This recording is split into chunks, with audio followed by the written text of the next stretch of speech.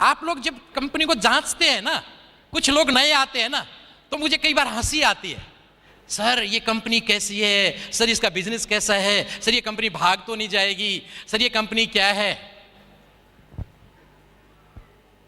मैं इसके बारे में भी बता दूं आप लोगों को।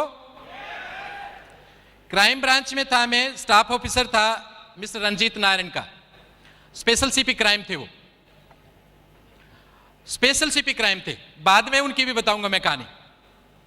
मैंने जब उनको इस कंपनी के बारे में बताया, मेरे प्रोडक्ट यूजर हैं, वो आज भी यूजर हैं, तो उन्होंने कहा, जिस टाइम पे एक वक्त ऐसा आया था कि जब मैं बहुत ज्यादा पागल हो गया था इस सिस्टम के लिए, तो उन्होंने कहा एक काम कर, क्योंकि मैं क्राइम ब्रांच की इकोनॉमिक ऑफेंस सेक्शन में था, जहां पे ऐसी कंपनियों के खिलाफ रोजाना केस रजिस्टर करते हैं।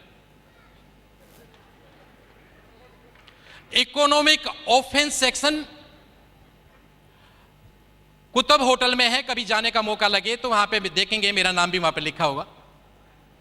वहां पे मैं ऐसी कंपनियों के मानसून सेशन में एक विधेयक आया था कि ऐसी कंपनियां जो लोगों का पैसा लेके लूट के भाग जाती हैं, ये सारी की सारी फेक कंपनियां होती है, सारी नेटवर्किंग कंपनियां, उस टाइम पे बहुत बड़ा वो प्रॉब्लम चला था, इनको सबको बंद किया जाए, इनके खिलाफ सर्विलेंस हो, इनके सारे के सारे ए से लेके जेड टोटल पेपर्स को चेक किया जाए। और 297 कंपनियां उस टाइम बंद हुई थी, 297 कंपनियां बंद हुई थी। आज भी वो फाइल अभी भी चल रही है, बहुत सारी कंपनियां आगे बंद होनी है। इस कंपनी को भी हमने जांचा था। एथिक्स, आप तो खाली एथिक्स समझ को जानते हैं, एथिक्स किस किस लेवल पे होते हैं। आप लोगों को तो सिर्फ इतना बताया जाता है भाई कि एथिकल कंपनी है। एथिक्स एक तरीके से नहीं होते, उसके हर एंगल से जांचा जाता है, गवर्नमेंट रूल को देखा जाता है, पॉलिसीज को देखा जाता है, इंडस्ट्री को देखा जाता है, उस कंपनी के उसको पॉलिसी को देखा जाता है, उसके प्रोडक्ट की ऑथेंटिसिटी को देखा जाता है। उसके 12 एंगल से हम उसको जांचते हैं, पूरे 12 एंगल से उसकी कंप्लेंट्स को जांचते हैं, इसकी कंपनी के खिलाफ कंप्लेंट कितनी है, ऊपर से लेकर नीचे तक सब कंपनियों के नाम थे। एक डिपार्टमेंट आपके देश में ऐसा है जिसके कोई ऑडिट नहीं होता, एक ऑफिस ऐसा है आपके देश में जिसका कोई ऑडिट नहीं होता, जिसके खिलाफ कोई कंप्लेंट नहीं होता। कौन सा बताओ?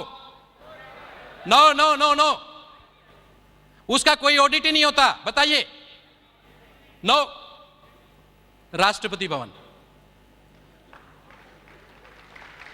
राष्ट्रपति भवन का कभी कोई ऑडिट नहीं होता, उसके खिलाफ भी कंप्लेंट है, लेकिन एक कंपनी के खिलाफ कंप्लेंट नहीं है, वो है फॉरएवर लिविंग प्रोडक्ट।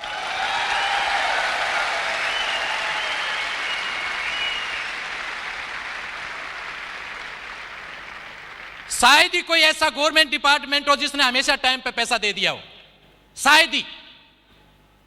कितना भी ऑथेंटिक डिपार्टमेंट क्यों ना हो, कितना भी सिस्टमेटिकली डिपार्टमेंट क्यों ना हो, लेकिन 2 बार तो पैसा लेट होता ही होता है, 31 मार्च को और 31 सितंबर को फाइनेंशियल क्लोजिंग होता है, 6 मंथली और ईयरली, तो 2 बार तो पैसा लेट होता ही होता है। सैलरी क्या कहते हैं पंकज जी? एक कंपनी दुनिया में ऐसी है जिसका पैसा लेट नहीं होता, वो है फॉरएवर लिविंग प्रोडक्ट।